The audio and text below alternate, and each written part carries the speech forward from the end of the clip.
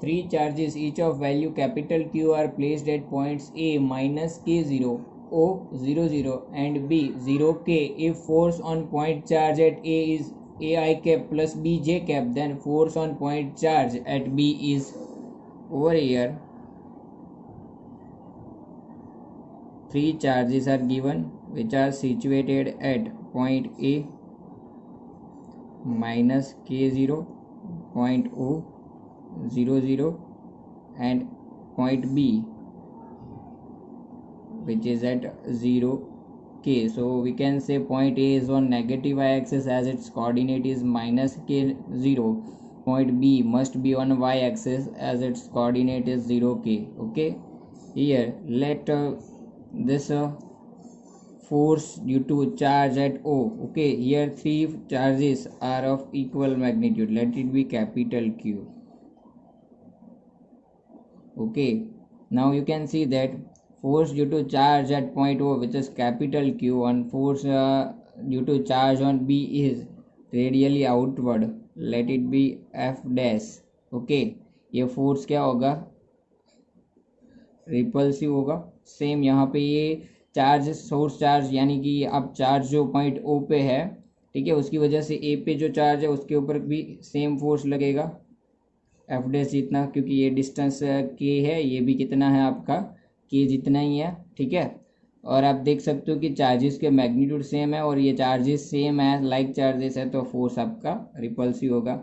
अभी force on ए यहाँ पे आपको दिया है, फोर्स ऑन ए कितना है, A I cap plus B J cap जितना आपको दिया है. ठीक है, और फोर्स ऑन बी मुझे क्या करना है, फाइंड आउट करना है. ठीक है, तो यहाँ पे देखो ये बी की वजह से ए के ऊपर जो फोर्स लगेगा वो कैसा होगा, रेडियली आउटवर्ड ये डायरेक्शन में जा रहा होगा. Let it be force F.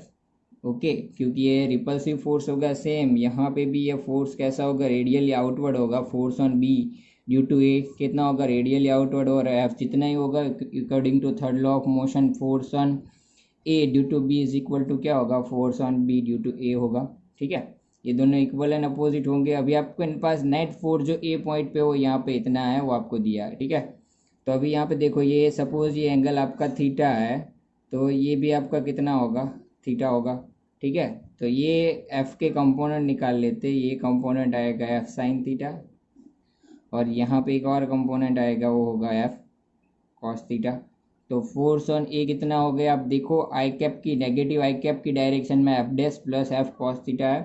तो ठीक है, F dash plus F cos theta है, और उसका यूनिट वेक्टर कितना है, माइनस आई कैप, प्लस ये डाउनवर्ड डायरेक्शन में एफ साइन थीटा है, डाउनवर्ड डायरेक्शन में, तो उसका यूनिट वेक्टर कितना हो गया, माइनस जे कैप हो गया.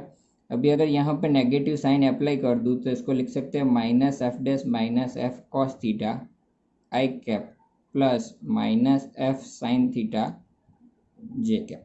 ठीक है, तो अभी यहाँ पे देखो ये इक्वेशन दोनों अगर हम लोग कंपेयर कर दे तो आपको ए और बी की वैल्यू मिल जाएगी. ये आपका जो है वो ए बन जाएगा, ये आपका बी बन जाएगा. तो हियर वी कैन से ए इज इक्वल टू कितना हुआ आपका, minus F dash minus F cos theta हो गया, और बी कितना है, यहाँ से बोल सकते हैं कि माइनस एफ साइन थीटा है. ठीक है, ए और बी मिल गया. अभी मुझे force on B find out करना है. तो बी के ऊपर देखो आपका ये एंगल, जैसे कि हमने बताया, ये इसके एफ के भी दो कंपोनेंट निकलेंगे, एक ये वाला और एक यहाँ पे ये डायरेक्शन में. अभी देखो ये एंगल आपका थीटा है. ठीक है, तो ये भी आपका थीटा होगा, ये एंगल आपका थीटा होगा. लेकिन ये एक आइसोस्केल ट्रायंगल है, जैसे कि हमने बताया कि ये ट्रायंगल कैसा बनेगा, आइसोस्केल ट्रायंगल बनेगा. ठीक है, तो जैसे ये आइसोस्केल ट्रायंगल है तो मैं बोल सकता हूँ कि ये एंगल थीटा होगा. ठीक है, ये आपका, ये दोनों एंगल सेम होते हैं, ये भी थीटा होता है आइसोस्केल ट्रायंगल में. ये थीटा है तो ये भी आपका कितना होगा, थीटा ही होगा. तो यहाँ पे ये एंगल थीटा ले रहे हैं सर, ये वाला नहीं ले रहे हैं, तो ये आपका एफ है, ये थीटा बनेगा, ये भी, और ये भी थीटा ही बनेगा. ठीक है, एंगल सेम होते हैं आइसोस्केल है. तो ये एफ है, तो यहाँ पे जो वाई एक्सिस पे उसका कंपोनेंट निकलेगा उसको बोल देते हैं एफ कॉस थीटा, और एक्स एक्सिस पे जो कंपोनेंट है वो बोल देते हैं एफ साइन थीटा. ठीक है, तो अभी यहाँ पे एफ भी कितना हो गया, देखो आप एक्स एक्सिस पे यहाँ पे एफ साइन थीटा है, और वो पॉजिटिव आई कैप की डायरेक्शन में अपवर्ड जो फोर्स है वो एफ डैश है प्लस एफ कॉस थीटा है, और दोनों का डायरेक्शन कौन सा है, जे कैप। ठीक है, अभी यहाँ पे देखो एफ साइन थीटा, यहाँ से अगर एफ साइन थीटा को सब्जेक्ट बनाएंगे तो वो कितना होगा, माइनस बी होगा। तो यहाँ पे रख देते हैं minus B I cap as it is, plus यहाँ पे F dash plus F cos theta, यहाँ से अगर माइनस कॉमन की करके सामने की तरफ भेज दे तो F dash plus F cos theta कितना होगा, माइनस ए होगा। तो ये हो गया minus A into J cap. तो क्या आंसर होगा आपका, minus B I cap minus A J cap. Okay, ये हो गया आपका फाइनल आंसर। ठीक है, तो यहाँ से बोल सकते कि आपका ऑप्शन नंबर सी है वो क्या है, करेक्ट है। A charged particle enters at point A and comes out from B. Its velocity makes an angle alpha and beta with electric field at these points. Ratio of kinetic energy of charged particle at these 2 points will be. So over here one electric field is given.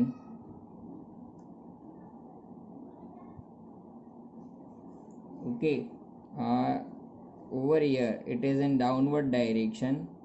Direction of field is in downward direction. One charged particles enters at this point A at an angle alpha with this field. You can see this direction of electric field over here is in downward direction. Here it is given from negative charge to positive charge. Okay, so हमें जो यहाँ पे दिया है वही direction हम लोग actual consider करेंगे। तो आप देख सकते हो ये एंगल ओरिजेंटल के साथ जो बनाएगा ये अल्फ़ा है आपका। ठीक है, ये आपका एंगल क्या है, वर्टिकल के साथ अल्फ़ा है। तो ये भी आपका क्या होगा, अल्फ़ा होगा। सपोज़ यहाँ पे पार्टिकल की वेलोसिटी ए पॉइंट पे कितनी है, वी ए जितनी है। अभी सेम यहाँ पे आपको ये एंगल दिखाया है कि ये पार्टिकल जो है वो बाहर निकल रहा है पॉइंट बी से, फ्रॉम पॉइंट बी। ओके, ये पॉइंट बी, और यहाँ पे जो एंगल बना रहा है वो बीटा है। सपोज यहाँ पे वेलोसिटी उसकी कितनी है, वी बी जितनी है। ठीक है, तो ये एक्स कंपोनेंट क्या होगा, ये होगा V B sine beta. Same ये वेलोसिटी का एक्स डायरेक्शन में कंपोनेंट निकालेंगे तो कितना होगा, वी ए साइन अल्फा होगा। ठीक है, so we can say from law of conservation of momentum,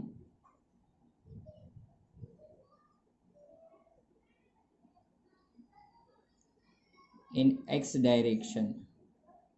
okay, initial velocity देखो कितनी हो गई, इनिशियल मोमेंटम हो गया आपका half M V A sine alpha. Half नहीं होगा, हम लोग मोमेंटम के साथ डील कर रहे हैं।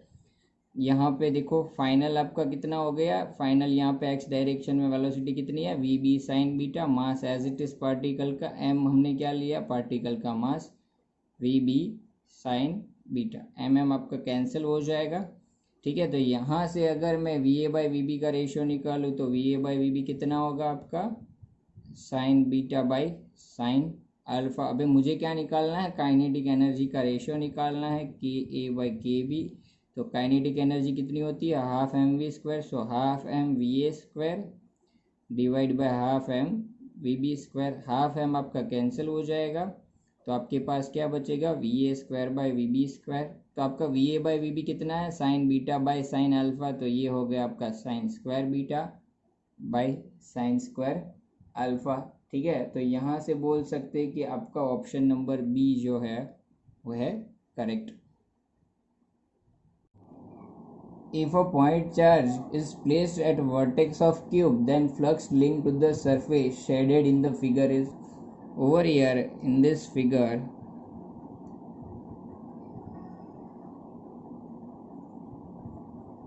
one charged cube is placed at vertex of this cube.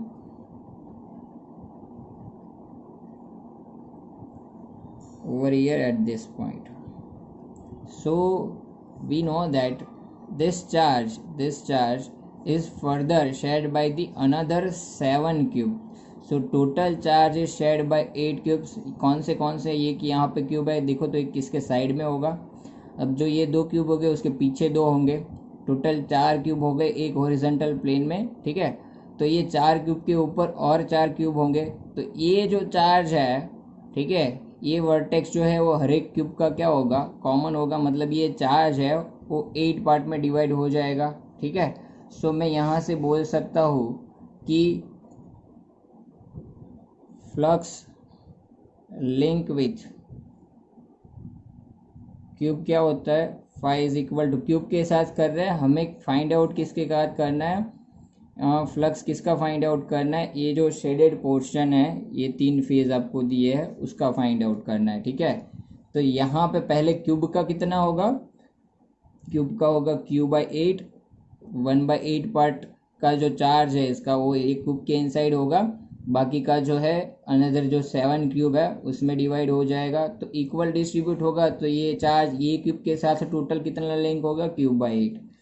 तो यहाँ पे अगर पूरे क्यूब का पूछे तो आपका कितना आंसर आता है, flux link with wall cube आता है Q/8 ε0। ठीक है, अब देखो यहाँ पे ये जो Q/8 ε0 आपको मिला है, ठीक है, तो मैं यहाँ से बोल सकता हूँ कि ये जो चार्ज है, ठीक है, वो 6 में से 3 फेस के साथ क्या होता है, टच होता है। ये कौन से फेस के साथ टच होता है वो देख लेते हैं। सपोज ये 1 है, ये 2 है, ये आपका 3rd फेस है, ये हो गया 4th फेस। यहाँ पे एक आगे की तरफ होता है उसको 5th वाला बोल देते हैं, और एक पीछे भी होता है उसको 6th वाला बोल देते हैं। ये आगे और पीछे के क्यूब्स है, ठीक है, फेसिस है क्यूब के। ठीक है, तो यहाँ पे देखो ये चार्ज क्यू है वो सेकेंड नंबर के, फर्स्ट नंबर के, 4th नंबर के और 5th नंबर के फेस को क्या कर रहा होता है, टच कर रहा होता है। ठीक है, तो we can say charge Q placed on vertex touches 3 out of 6 faces. और वो कौन से फेस है, 1 नंबर, 5th नंबर और 4th नंबर को वो टच कर रहा है। ठीक है, तो ये फेसेस के लिए क्या बोल सकते हैं हम लोग कि ये 3 फेस जो है उसके लिए क्या होगा, देखो इसका एरिया वेक्टर कैसा होता है, ऐसे होता है, इसका एरिया वेक्टर ऐसे होता है। ठीक है, और यहाँ पे जो आगे वाला एरिया 5th नंबर का है उसका एरिया वेक्टर ऐसे जाएगा।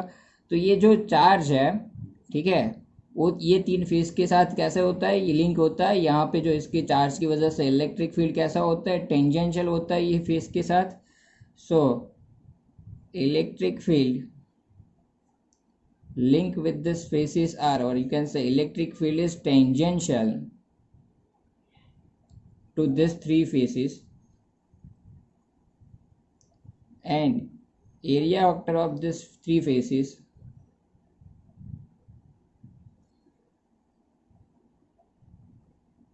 are normal. So here angle between E and A for these 3 faces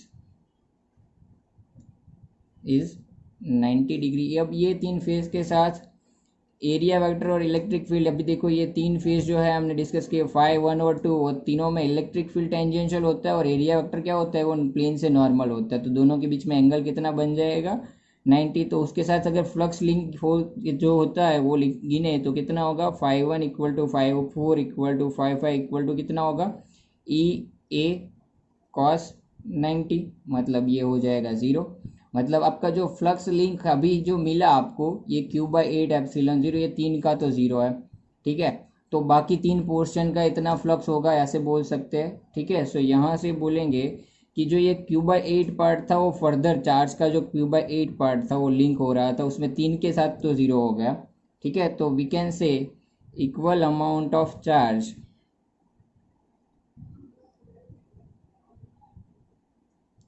is further shared by remaining 3 faces।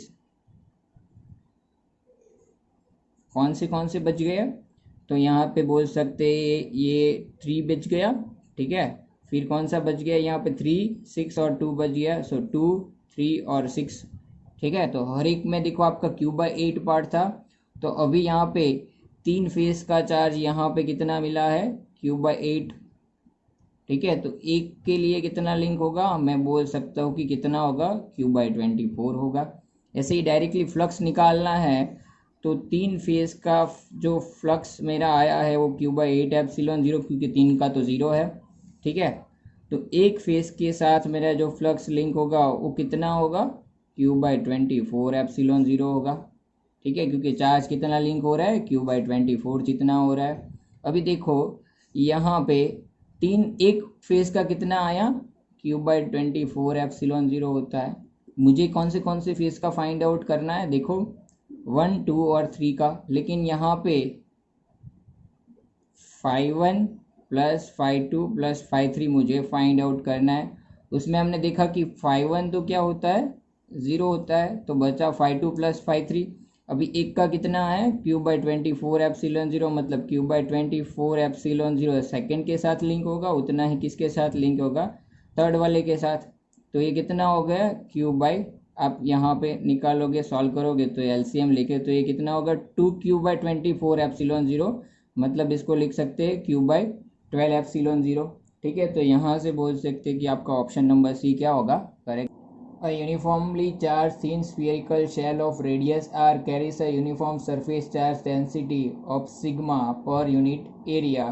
It is made of two hemispherical shells held together by pressing them with a force F. F is proportional to, here in this figure you can see that two hemispherical sphere which are facing each other, okay, are held in this position as shown in a figure by applying a equal force F. Okay, we have to find this force. We know the electrostatic pressure P is equal to what, sigma square by 2 epsilon 0। Pressure कितना होता है, sigma square by 2 epsilon 0 होता है। तो force क्या होता है, pressure into area होता है। ठीक है, अभी यहाँ पे देखो प्रेशर आपका कितना है, यहाँ पे प्रेशर मुझे फाइंड आउट कर, यहाँ पे है आपका सिग्मा स्क्वायर बाय 2 epsilon 0।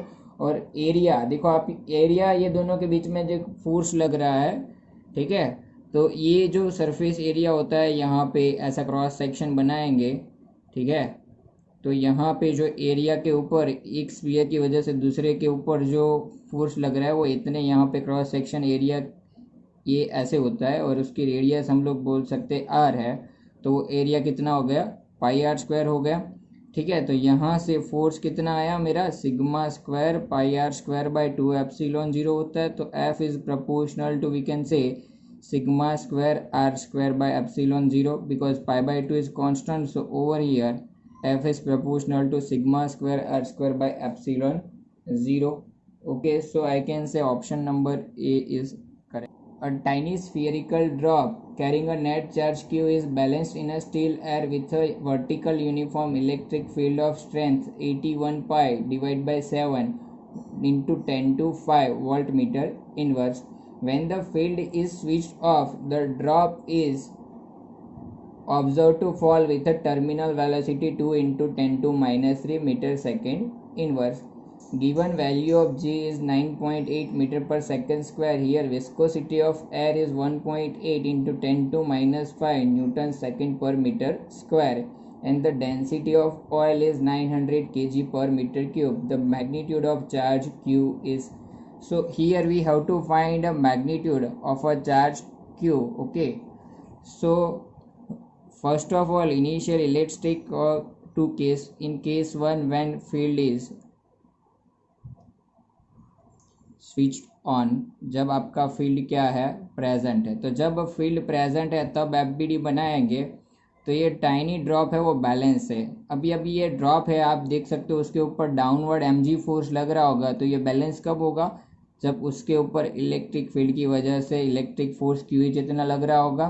तो यहाँ से हम लोग बोल सकते हैं कि mg इज इक्वल टू क्या होगा, क्यू होगा। ठीक है, अभी देखो आपके पास क्यू फाइंड आउट करना है, इलेक्ट्रिक फील्ड है, m मेरे पास नहीं है, तो m की जगह पे हम लोग लिख सकते हैं 4/3 πr³ इंटू रो, क्योंकि मास क्या होता है, डेंसिटी इंटू वॉल्यूम। तो ये रख दिया यहाँ पे, g as it is equal to QE।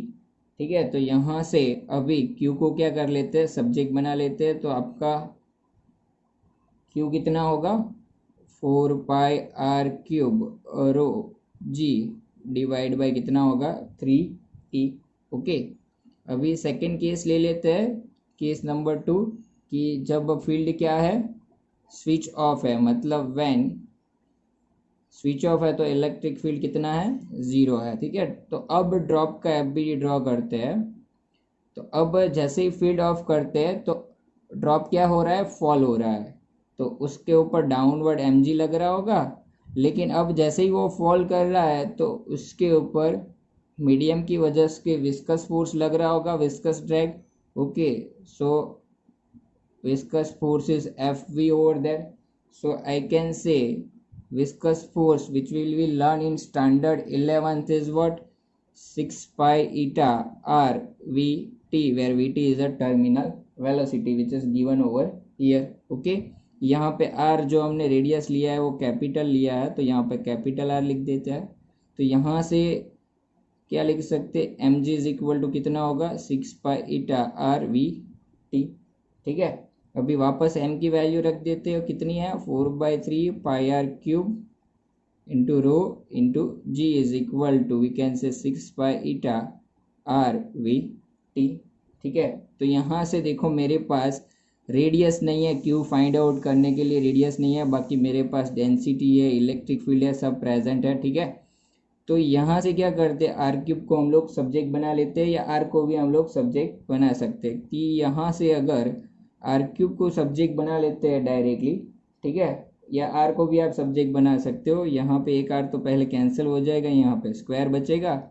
ठीक है, तो आपका आर स्क्वायर कितना होगा, यहाँ पे सामने की तरफ है आपके पास 6 pi eta V T divide by इस तरफ देखो क्या है अपने पास, ये 3 सामने की तरफ चला जाएगा, तो ये 3 इंटू 6 है, यहाँ पे 4 पाई रो जी डिनोमीटर में चला जाएगा। ठीक है, ये पाई पाई आपका कैंसिल हो जाएगा, तो ये आपके पास कितना बचा लास्ट में, 18 डिवाइड बाय 4, इसको लिख सकते हैं 9/2। ठीक है, यहाँ पे ईटा वी टी और डिनोमीटर में आपके पास रो इंटू जी, ये आपका आर स्क्वायर है, तो आर कितना होगा, 1/2 that 9 eta V T divide by 2 rho जी जितना होगा। अब यहाँ से आर मेरे पास है, तो मैं चार्ज क्यूब में वैल्यू रख देता हूँ, कितना होगा, यहाँ पे देखो आर का क्यूब है पहले, तो ये 4 पाई, यहाँ पे आर का क्यूब है। ठीक है, तो ये आर की वैल्यू रख देते हैं 9 eta V T divide by 2 rho G raise to half है, और उसका पावर 3 है, तो ये आपका कितना हो जाएगा, 3/2 हो गया, into rho G divide by क्या है 3e। ठीक है, तो अब इसको आपको क्या करना है, सिंप्लीफाई करना है। चलो इसको सिंप्लीफाई करते हैं, रूप जितने भी टर्म्स है सबकी वैल्यू रख देते हैं। ठीक है, तो ये 4/3, यहाँ पे पाई एज इट इज़, ये इतना आपका कांस्टेंट है। अब देखो यहाँ पे 9 ईटा आपको यहाँ पे दिया हुआ है। ठीक है, 1.8 इंटू 10⁻⁵, टर्मिनल वेलोसिटी है 2 इंटू 10⁻³ डिवाइड बाई 2, डेंसिटी भी आपको दी है 900, जी है आपका 9.8, रेस टू कितना है 3/2 है, यहाँ पे है रो जी, आप देख सकते हो कितना है रो जी, तो रो आपका कितना है 900, जी है 9.8 डिवाइड बाई यहाँ पे एक इलेक्ट्रिक फील्ड अभी बचा है, तो इलेक्ट्रिक फील्ड मुझे दिया है 81 पाई डिवाइड बाई कितना है 7 है, तो 7 को ऊपर भेज देते हैं, तो ये होगा 7 न्यूमरेटर में इंटू 10⁵ जितना है। ठीक है, तो ये रख दिया। तो ये पूरा टर्म सॉल्व करने के बाद, ठीक है, आपको यहाँ पे चार्ज क्यू जो है, ये हमारा चार्ज क्यू था। ठीक है, चार्ज क्यू की वैल्यू कितनी मिलेगी, वो मिलेगा आपको 7.8 इंटू 10⁻⁹ कूलम जितना। ठीक है, तो यहाँ से ये आपका चार्ज हो गया 7.8 इंटू 10⁻⁹ कूलम। तो यहाँ से इसके अराउंड जो आंसर आता है वो आपका कितना है, 88 इंटू 10⁻⁹ कूलम, आपका ऑप्शन है D. So we can say option number D is let rho r is equal to q into small r divided by pi r raised to 4 be the charge density distribution for a solid sphere of radius capital R and total charge capital Q for a point P inside the sphere at distance r1 from the center of sphere, the magnitude of electric field is okay. So over here charge density of sphere of radius r is given. okay, ये आपका हो गया sphere of radius r. आपको charge density दी है at distance r कितनी है, q by pi r raise to 4 into R. आपको r1 डिस्टेंस पे इनसाइड दिस स्फीयर क्या फाइंड आउट करना है, इलेक्ट्रिक फील्ड फाइंड आउट करना है. ठीक है, तो ये पॉइंट P हो गया, यहाँ इसकी रेडियस हो गई r1. ठीक है, तो कंसीडर कर लेते स्फीयर है वो बहुत सारे शेल्स का बना हुआ है. ठीक है, तो उसमें से एक शेल कंसीडर कर लेते हैं. ठीक है, ये हो गया एक शेल ड्रॉ कर लेते हैं. ठीक है, सपोज ये शेल है, उसकी रेडियस कितनी है, r है. ठीक है, और उसकी थिकनेस हम लोग ये शेल की ले लेते हैं dr जितनी. ठीक है, तो इसका थिकनेस जो होगा वो कितना है, यहाँ पे dr जितना है. तो इसका वॉल्यूम कितना होगा, volume of shell of radius r and thickness dr is, we can say, volume is equal to area into thickness. so area is 4 pi r square and into thickness मतलब dr हो गया उसका. ठीक है, अभी यहाँ पे देखो ये आपका चार्ज इसके ऊपर जो होगा वो एक शेल के ऊपर वो फाइंड आउट कर लेते हैं. So charge on this spherical shell of radius r कितना होगा, चार्ज dq बोल देते हैं. ठीक है, तो dq कितना होगा, rho at distance r into volume. तो रो कितना है, q by pi r raise to 4 into r है. और वॉल्यूम आप यहाँ पे देख सकते हो, वॉल्यूम है आपका 4 पाई r स्क्वायर dr. ठीक है, तो ये पाई या पाई कैंसिल हो जाएगा, तो ये कितना बचा आप देख सकते हो, q 4q into r cube हो जाएगा dr डिवाइड बाई कितना है, r रेस टू 4 जितना है. ठीक है, ये आप देखो यहाँ पे क्या मिल गया मुझे, चार्ज मिल गया dq. ठीक है, अभी ये जो चार्ज है वो ये एक स्फीयरिकल शेल के ऊपर मिला है. ठीक है, मुझे ऐसे शेल कहाँ से कहाँ तक है, सेंटर से लेके r1 तक होंगे. मुझे यहाँ पे इलेक्ट्रिक फील्ड फाइंड आउट करना है, तो टोटल चार्ज जो इंक्लोज्ड है वो एक का शेल का मिला. पूरा फाइंड आउट करना है तो इसको इंटीग्रेशन करना पड़ेगा. ठीक है, तो इसका इंटीग्रेट कर देते हैं. तो इंटीग्रेशन कितना होगा, चार्ज क्यू कितना होगा, इंटीग्रेशन ऑफ डी क्यू कहाँ से कहाँ तक चाहिए, 0 से r1 तक चाहिए. ठीक है, जितना कांस्टेंट है उसको बाहर निकाल रख देते हैं. तो ये 4q by r raise to 4 आपका हो गया constant.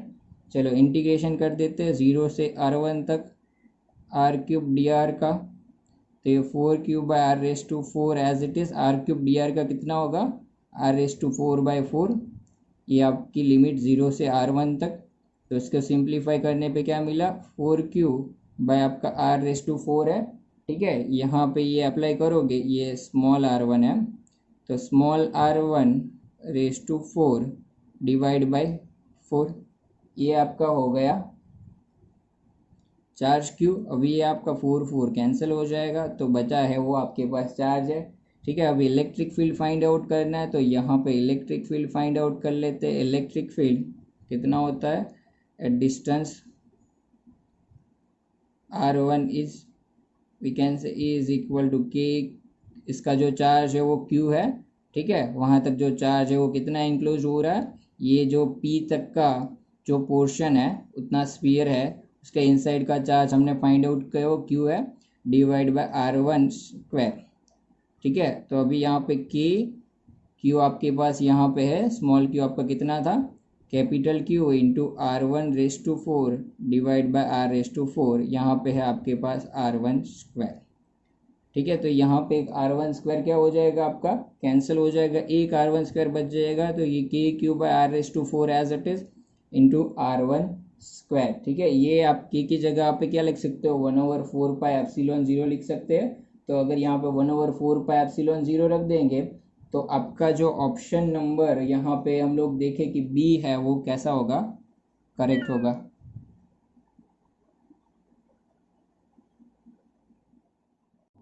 let there be a spherically symmetric charge distribution with a charge density varying as rho r is equal to rho naught into 5 by 4 minus small r divided by capital R up to r is equal to r and rho r equal to 0 for r greater than r. Means over here this density rho r is for r equal to r and for rho r is equal to 0 for r greater than r. Okay, where r is the distance from the origin, the electric field at a distance r where r is less than r from the origin is given by. Okay so सबसे पहले तो यहाँ पे देखो density मुझे दिया है रो are दिया है, कितना है rho not 5/4 minus R by R. तो ये डेंसिटी में जो ये आर डिस्टेंस है वो कौन सा है, up to R equal to R तक जो है वो डेंसिटी इतनी यूनिफॉर्म रहती है. ठीक है, देन आफ्टर रो आर की वैल्यू कितनी है, ज़ीरो है. कब ज़ीरो है, आर ग्रेटर देन आर के लिए ज़ीरो है. ठीक है, और मुझे फाइंड आउट क्या करना है, यहाँ पे इलेक्ट्रिक फील्ड फाइंड आउट करना है डिस्टेंस आर. ओके, और आपको यहाँ पे जो इलेक्ट्रिक फील्ड है डिस्टेंस आर फाइंड आउट करना है, वो आर कौन सा है, लेस देन आर है. ठीक है, तो जैसे कि हमने आगे का प्रॉब्लम सॉल्व किया सेम मेथड से क्या करेंगे, ये प्रॉब्लम भी सॉल्व करेंगे. ठीक है, तो यहाँ पे ये बहुत सारे स्फीयरिकल शेल ले लेते हैं. So consider a sphere is made up of large number of spherical shells. Okay, बहुत सारे शेल बने, उसमें से एक शेल कंसीडर कर लेते हैं जिसकी रेडियस आर है और उसकी थिकनेस डी आर है. ठीक है, तो ये यहाँ पे आपका स्फीयर हो गया. ठीक है, जिसकी रेडियस यहाँ पे आपको कैपिटल आर दी है. ठीक है, यहाँ पे एक शेल कंसीडर कर लेते हैं, ये हो गया आपका शेल कंसीडर.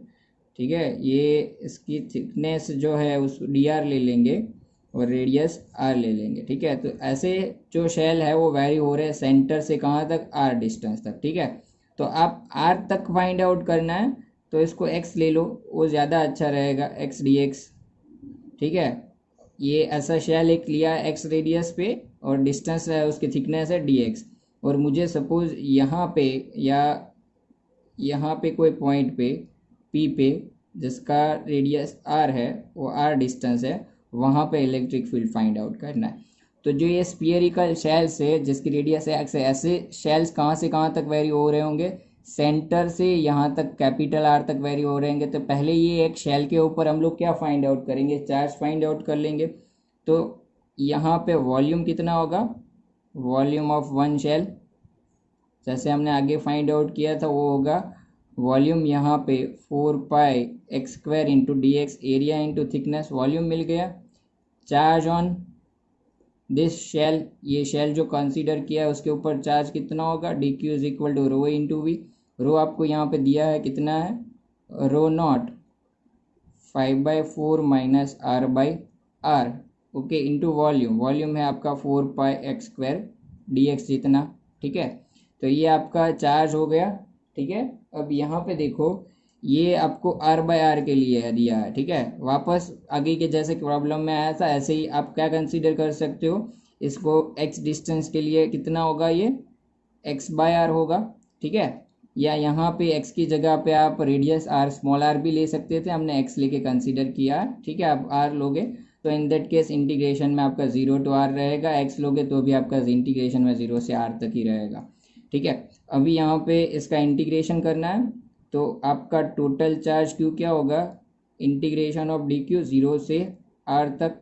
तो यहाँ पे जितने टर्म कांस्टेंट है पहले तो वो बाहर निकाल लेंगे, लेकिन यहाँ पे देखो आपके पास ये रो 0 4πx² dx दोनों ही टर्म में क्या होगा, मल्टीप्लाई होगा. ठीक है, ये दोनों ही टर्म में मल्टीप्लाई होगा. तो यहाँ पे 4π और रो 0 आपका कांस्टेंट है तो पहले वो बाहर निकाल लेते हैं, 4π रो 0 0 टू आर. अब आपके पास दो टर्म है, देखो एक 5/4 x² dx है माइनस दूसरा कौन सा है, x bye are x² dx, मतलब ये हो गया आपका x³ dx. ठीक है, चलो तो अब इसका इंटीग्रेशन करना है. ठीक है, तो ये 4π रो 0 पहले टर्म में देखो 5/4 as it is x² dx का कितना होगा, x³ dx हो जाएगा. ठीक है, एक्स क्यूब बाई 3 हो जाएगा, एक्स स्क्वायर डी एक्स का कितना होगा, एक्स क्यूब बाई 3 हो जाएगा, और उसका आप देखो लिमिट अप्लाई करोगे तो कितना होगा, आर क्यूब बाई 3 बन जाएगा। ठीक है, फिर यहाँ पे देखो ये 1/r as it is constant, X cube D X वापस आया, यहाँ पे देखो एक्स क्यूब डी एक्स है, इसका इंटीग्रेशन करने पे कितना होगा, X raise to 4 divide by 4, limit apply करने पे आपका हो जाएगा R raise to 4 divide by 4। ये आपका हो गया चार्ज क्यू। ये अभी मुझे यहाँ पे चार्ज मिल गया, मुझे क्या फाइंड आउट करना है, इलेक्ट्रिक फील्ड फाइंड आउट करना है। ठीक है, तो चलो पहले इसको सिंप्लीफाई कर लेते हैं अच्छे से।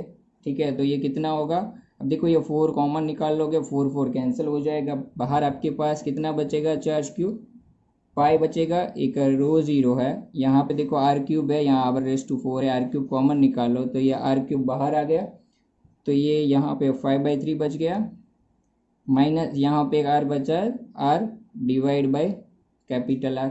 ये हो गया आपका चार्ज। अब मुझे इलेक्ट्रिक फील्ड फाइंड आउट करना है, electric field at a distance R, तो इलेक्ट्रिक फील्ड ई कितना होता है, के क्यू बाय आर स्क्वायर जितना होता है। ठीक है, तो ये के को हम लोग लिख देते हैं 1/4 पाई एप्सिलॉन 0। ठीक है, आर स्क्वायर भी एज इट इज रखते हैं, क्यू की वैल्यू रख देते हैं, यहाँ पे है pi rho zero R cube 5/3 minus R by R. अब यहाँ से देखो आर स्क्वायर है, यहाँ पे आर क्यूब है, एक आर स्क्वायर कैंसिल हो जाएगा, न्यूमरेटर में एक आर बचेगा, ये आपका पाई भी कैंसिल हो जाएगा, तो ये लास्ट में आपके पास क्या बचा, रो जीरो, यहाँ पे एक न्यूमरेटर में आर बच जाएगा, और डिनोमीटर में देखो ये 4 है, एप्सिलॉन 0 एज इट इज, और आपका ब्रैकेट एज इट इज है 5/3 माइनस आर बाई आर। ठीक है, चलो ये हो गया आपका फाइनल आंसर। तो यहाँ से हम लोग बोल सकते हैं कि फाइनल आंसर कितना होगा, सी। Two concentric shells are having a radius r and 2r, charges q1 and q2 and potentials 3v and v respectively. Now outer shell is earthed. Okay, here option is potential difference between two shell is increases, option B potential difference between the shell decreases, option C potential of inner sphere will becomes 2v, option number D potential of common center will becomes 2.5 v. Okay, here we have two concentric spherical shells, okay, of radius r and 2r। तो ये एक sphere हो गया जिसकी radius r है। ठीक है, एक और स्फीयर ले लेते हैं। ठीक है, चलो ये हो गया दूसरा स्फीयर जिसकी रेडियस मुझे कितनी दी है, यहाँ पे 2r जितनी, ये आपका आर था। ठीक है, अभी यहाँ पे देखो दोनों स्फीयर के ऊपर चार्जेस क्या है, ये फर्स्ट वाले के ऊपर Q1 है और सेकंड वाले के ऊपर चार्ज कितना है, Q2 जितना है, और पोटेंशियल देखो पहले वाले के ऊपर नेट पोटेंशियल 3v है, दूसरे के वाले के ऊपर कितना है, v है। So potential we can say on sphere 1 and 2 are 3v and v respectively. तो पहले फॉर फर्स्ट स्फीयर लिखेंगे कि फॉर पहले स्फीयर के लिए पोटेंशियल आपका 3v है, तो 3v किसकी वजह से होगा, एक तो इनर वाले चार्जेस की वजह से होगा प्लस आउटर वाले चार्जेस की वजह से भी होगा। तो इनर वाले की वजह से पोटेंशियल कितना होगा, के Q1 बाई डिवाइड उसकी रेडियस r। ओके, सेम यहाँ पे पोटेंशियल मतलब इनर सरफेस पे पोटेंशियल Q2 की वजह से कैसे होगा, तो देखो ये पूरा जो आपका इनर स्फीयर है वो आउटर स्फीयर के इनसाइड ऐसे बोल सकते हैं। So we know that potential inside this sphere is constant throughout its volume, okay, throughout its surface, and वो पोटेंशियल कितना होता है, इनसाइड जो पोटेंशियल होता है वो कितना होता है, सरफेस के इक्वल होता है, तो वो कितना होगा, के, उसका चार्ज Q2, तो Q2 की वजह से यहाँ पे तो इनसाइड है वो सरफेस के इक्वल होता है, तो ये बाहर वाले की सरफेस पे पोटेंशियल होगा के Q2/2r, वो थ्रू आउट क्या होगा, वॉल्यूम कांस्टेंट रहेगा, तो ये हो गया आपका potential due to Q2। Same for second sphere लिखेंगे, तो सेकेंड स्फीयर के लिए पोटेंशियल कितना है, v है, तो ये v भी Q1 और Q2 दोनों की वजह से होगा, तो Q1 की वजह से फाइंड आउट करेंगे फॉर सेकेंड स्फीयर की सरफेस पे। तो देखो चार्ज के Q1 और ये चार्ज Q1 की वजह से कहाँ पे फाइंड आउट करना है, आउटर की सरफेस पे, तो कितना है उसका रेट डिस्टेंस 2r, तो ये हो गया 2r। सेम Q2 के खुद के चार्जेस की वजह से फाइंड आउट करेंगे तो कितना होगा KQ2 और उसकी रेडियस है 2r। ठीक है, यहाँ पे ये दो इक्वेशन है मेरे पास। ठीक है, तो फ्रॉम 1 and 2 3 में से भी सब्ट्रैक्ट कर देते हैं, या 1 आप ऐसे बोल सकते हो कि सब्ट्रैक्टिंग इक्वेशन 2 फ्रॉम इक्वेशन 1। तो आप देख सकते हो कि ये जब सब्ट्रैक्ट करोगे तो ये दो टर्म्स जो है आपकी क्या है, सेम है, वो कैंसिल हो जाएंगे। ये दोनों टर्म में देखो KQ1/R कॉमन रहेगा, पीछे कितना बचेगा 1 माइनस 1/2 जितना। तो ये 2v इज इक्वल टू कितना आया KQ1/2R। Let it be equation 1, इसको इक्वेशन 1 बोल देते हैं। ठीक है, ये कब की बात है, जब हमारा जो Q2 है उसको अर्थ नहीं किया था। अब क्या कर देते हैं, सेकेंड केस ले लेते हैं। अब Q2 क्या किया है, Q2 इज अर्थ। ओके, इसको क्या कर दिया, अर्थ कर दिया। ठीक है, तो जैसे ही आप अर्थ करोगे, सपोज पहले वाले के ऊपर पोटेंशियल कितना है, V1 है, V1 डैश ले लेते हैं। ठीक है, तो V1 डैश कितना होगा, पहले वाले के ऊपर पोटेंशियल फाइंड आउट कर रहे हैं। ठीक है, तो V1 डैश कितना होगा, यहाँ पे गिन लेते हैं, खुद के चार्जेस की वजह से पोटेंशियल प्लस Q2 की वजह से पोटेंशियल। तो KQ1 बाय उसकी रेडियस कितनी है R, पहले वाले की सरफेस पे फाइंड आउट करें, इनर वाले के, प्लस यहाँ पे देखो अब जैसे आपने क्या किया, Q2 को अर्थ कर दिया। ठीक है, तो जैसे आपने ये Q2 मतलब आउटर स्फीयर को अर्थ कर दिया, तो ये Q2 फ्लो होके कहाँ पे चला जाएगा, ग्राउंड पे चला जाएगा। सेम यहाँ पे Q1 है, तो इसके इनर सरफेस पे माइनस Q1 जितना हम लोग बोल सकते हैं इंड्यूस होता है। अब यहाँ पे माइनस Q1 इंड्यूस हुआ है, तो वापस यहाँ पे Q1 इंड्यूस होता है प्लस Q1।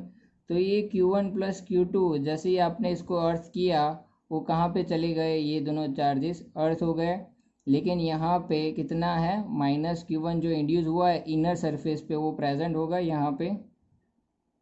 ठीक है, तो ये माइनस Q1 की वजह से पोटेंशियल कितना होगा, माइनस KQ1।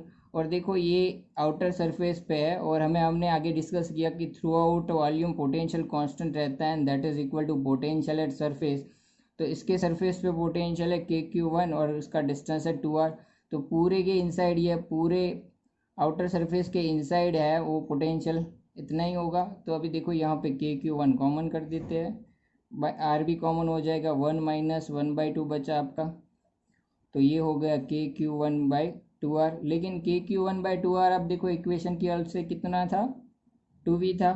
तो पोटेंशियल कितना आया, पहले वाले का 2v आया। अभी देखो Q2 ये जो आउटर स्फीयर है उसको तो आपने अर्थ कर दिया है, उसके ऊपर जो चार्जेस थे वो क्या हो गए, अर्थ हो गए।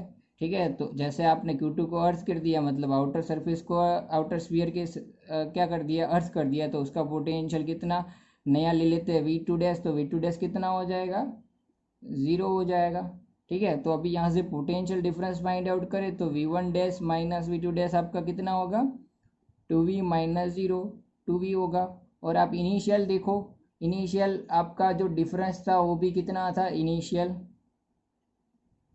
3v माइनस v, वो भी 2v था। मतलब आपका पोटेंशियल डिफरेंस है इनिशियल और फाइनल जो है वो क्या रहेगा, कांस्टेंट ही रहेगा। लेकिन हम देख रहे हैं कि यहाँ पे इनर वाले का पोटेंशियल, यहाँ पे आप देख सकते हो कितना हो गया, हम लोग बोल सकते हैं कि ये पोटेंशियल हो गया है 2v जितना। ठीक है, तो ऑप्शन नंबर सी यहाँ से बोल